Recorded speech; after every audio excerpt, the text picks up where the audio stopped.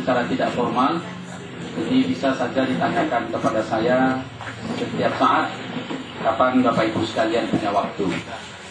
Atas keterbatasan pemahaman kita bersama tentang pembelajaran tematik, sekaligus buku panduan telah ada bersama saya. Jika berminat bisa saja dihubungi di SMA Muhammadiyah setiap saat.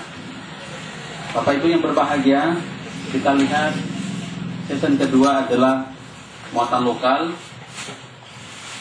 Di dalam pendahuluan ini kami sampaikan materinya berkenaan dengan latar belakang mengapa muatan lokal ini diberikan di tingkat pendidikan dasar maupun tingkat pendidikan menengah.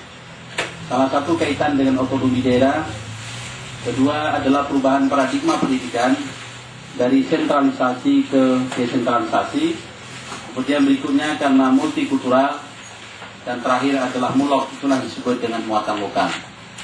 Sekarang saya akan bahas secara khusus sebagai informasi memperkaya khasanah skemata kita bersama berkenaan dengan perubahan paradigma pendidikan dari sentralisasi ke desentralisasi, dari sentralistik ke desentralisasi. Silahkan buka di PowerPoint-nya.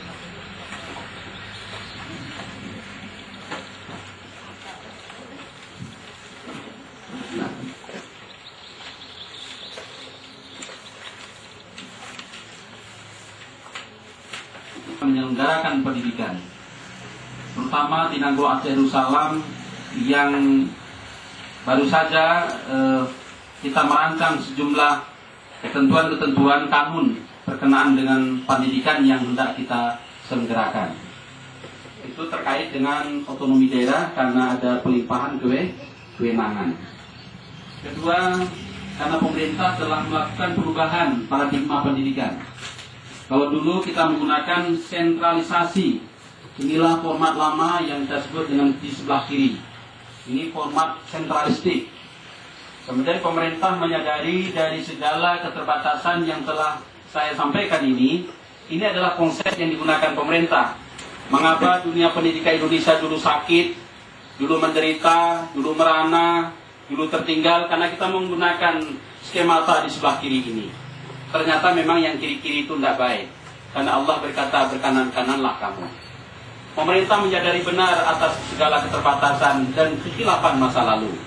Karena beliau ingin selamat Indonesia di masa yang akan datang dan harus sejajar dengan bangsa lain.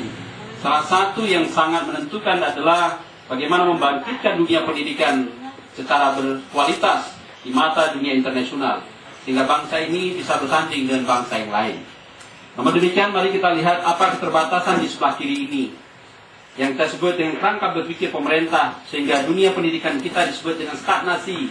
Dalam bahasa lain adalah jalan di tempat. Orang lain bisa jalan ke depan, kita malah jalan, tidak pernah jalan sama sekali. Bapak Ibu yang berbahagia, pola lama adalah manajemen, kita sebut manajemen pendidikan konvensional. Maka berubah ke pola baru yang kita sebut dengan manajemen berbasis sekolah. Salah satu pola lama adalah sentralistik.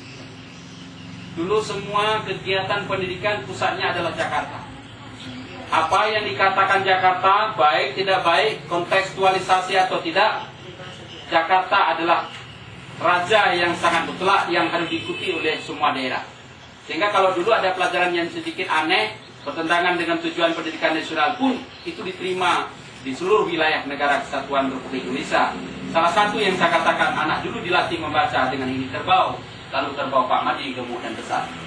Akhirnya kalau nggak hati-hati semua titik-titik. Iya kan? Padahal dulu di belakang rumah kita ada mutiara. Saya tak dengan teori begini. Kapan bisa saya di orbit setelah giginya sudah rata? Baru dia kepala dinas. Ulang berpikir.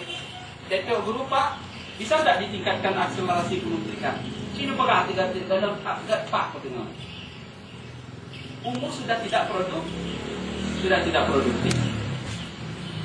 Berikutnya adalah pengorganisasian yang dirapi.